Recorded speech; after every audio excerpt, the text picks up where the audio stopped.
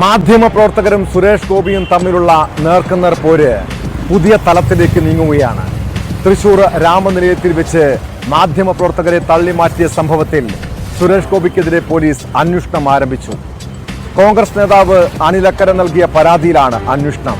അതിനിടെ സുരേഷ് ഗോപിയും city police കമ്മീഷണർക്ക് പരാതി നൽകി. മാധ്യമപ്രവർത്തകർ തന്റെ വഴി തടസ്സപ്പെടുത്തിയെന്നാണ് പരാതിയിൽ പറയുന്നത്.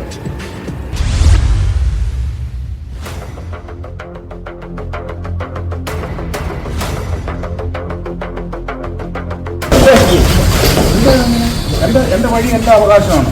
പ്ലീസ് മിനിസ്റ്റർ, ജനങ്ങൾക്ക് അറിയേണ്ട ചോദ്യങ്ങളാണ് ഞങ്ങൾ ചോദിക്കുന്നത്. മുകേഷിനെതിരായി ഉയർന്ന ആരോപണങ്ങളിൽ പ്രതികരണം തേടിയ മാധ്യമപ്രവർത്തകരെ പിടിച്ചുതള്ളിയ സംഭവത്തിലാണ് കേന്ദ്ര സഹമന്ത്രി സുരേഷ് ഗോപിക്കെതിരെ പ്രാഥമിക അന്വേഷണത്തിന് നിർദ്ദേശം നൽകിയത്.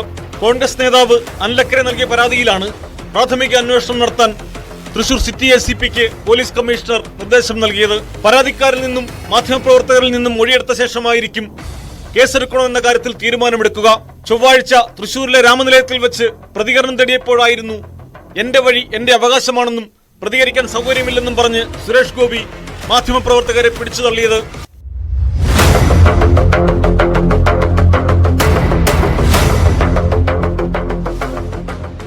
തൃശൂരിൽ ചോദ്യം ചോദിച്ച മാധ്യമപ്രവർത്തകരെ പിടിച്ചു തള്ളിയ കേന്ദ്രമന്ത്രി സുരേഷ് ഗോപിയുടെ മര്യാദ വിട്ട പെരുമാറ്റത്തിനെതിരെ വലിയ പ്രതിഷേധമാണ് ഉയർന്നത്.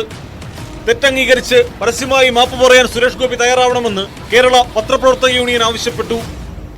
സുരേഷ് ഗോപിക്കെതിരെ ഇടതുപാർട്ടികളും പരസ്യ പ്രതിഷേധവുമായി രംഗത്തെത്തിയിരുന്നു.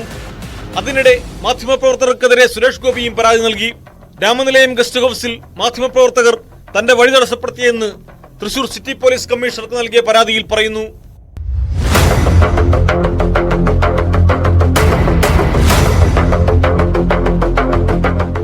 ന്യൂസ് 18 തൃശൂർ.